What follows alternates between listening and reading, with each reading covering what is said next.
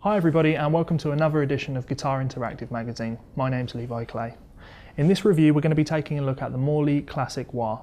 Now this is a classic wah by design and sound. It sounds like a 70s wah. It's not chock-a-block full of features that you might find on some of the more progressive wahs, like the Bad Horsey, which we will come and look at later in the issue.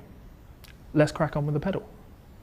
As you can see from looking at the pedal, there's two things that we can play with. There is the foot treadle, which is obvious in function, and there is the wah button, which engages the wah, which is a feature that I'm particularly fond of on this wah. We'll come on to why in a second.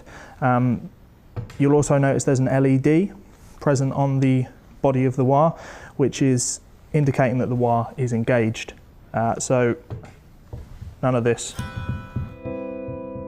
nothing happening. Press that and we've got the light indicating that the pedal is working.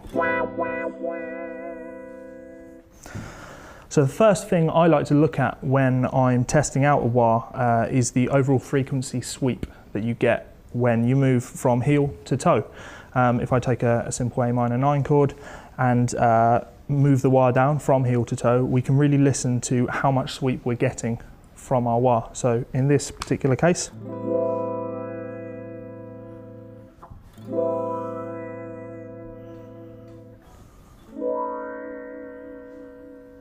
there's quite a lot of movement there from bass to treble. Almost a lack in volume when we're on the proper bass end.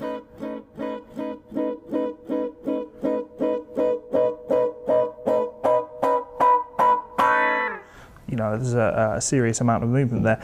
Ultimately, that's all we're getting with this wah, and that's all you'd get if you were to play a Crybaby. We have a wah, no more bells and whistles, but it is a good sounding wah. There's no avoiding that.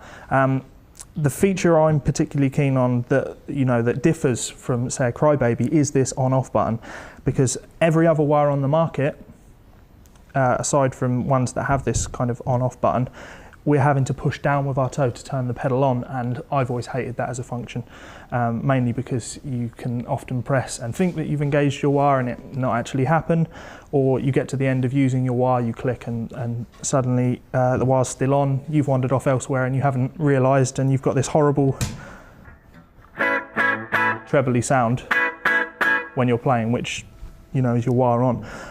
With this button, it's easy to know what we're doing. What this wah does do is it enables you to place the wah anywhere in its sweep and then turn it on. So if you're a particular fan of that kind of half-crocked sound,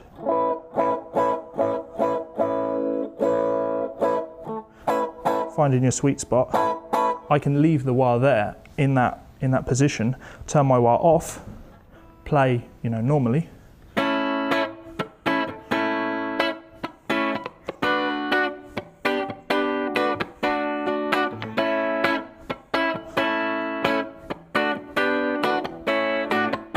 then turn my wah on, and I will have that half-cocked sound.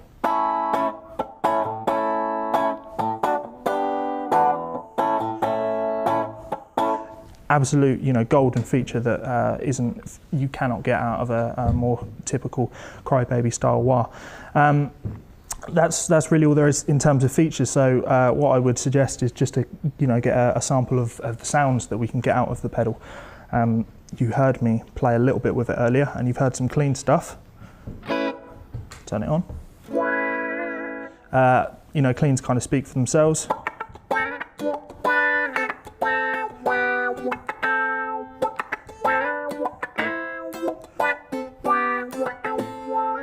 Anything funky.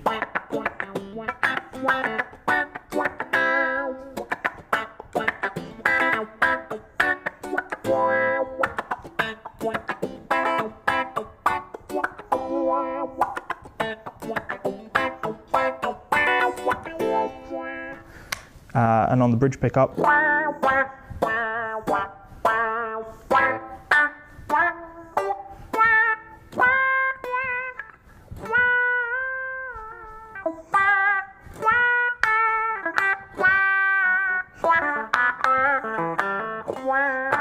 you know, it's classic in its tone. When we move across to the crunch sounds, what we're treated to is the same tones that we had on the clean. There's no kind of compression coming from the wire. It's not ruining your tone. Engage wire. And that's perfect, you know, if you want your slash.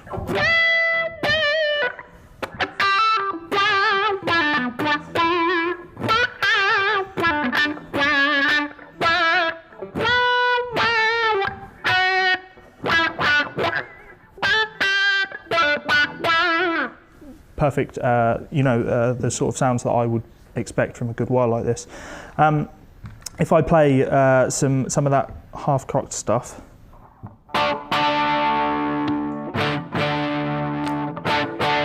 let's find that perfect sound.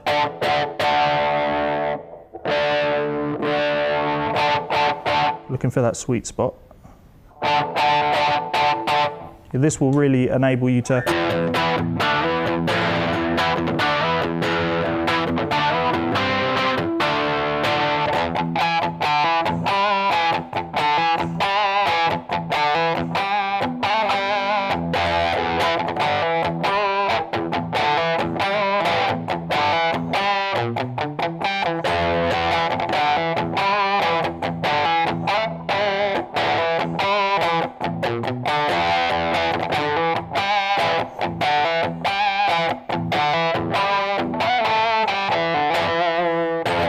get that Michael Schenker kind of sound where we've got that half-cocked sound.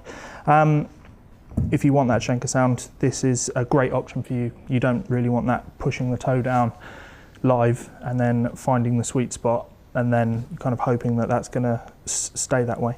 If we push it a little bit further in terms of tone, we get into the more Steve Vai Satriani territory.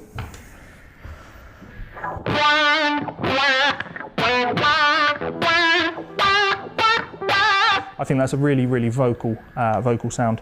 What I do find with the Morley wires, as opposed to your Crybabies or your Ernie Ball style wires, is that you do have a lot of room for movement. If you take a look at that movement from the side, you can see that there's a lot of room, or what feels like a lot of room, to move from base to tip. And what I find when I play, especially with a lot of drive like this, is you get a really vocal quality to the sweep.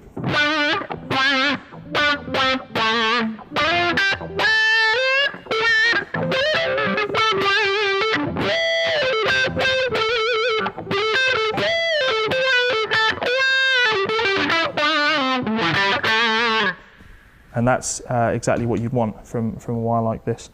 The other features that we should probably look at are, you know, in-out, typical in-outs. The only thing that I would say that I'm not crazy about is the fact that we've got our in-outs directly on the side of the pedal. If you're like me and you have a big pedal board, lots going on your pedal board, space is an issue, and it might have been nice to have the option to plug in here and here, which you would see on the Ernie Ball wires. Also, we have the 9-volt power input. Recommended that you go for the power supply. I wouldn't personally run a pedal like this off batteries because it will suck a lot. Unfortunately, no power supply is provided with the unit, but you know, they're relatively cheap. Aside from that, built like a tank, as you'd expect from a Morley pedal. So, go out and try it.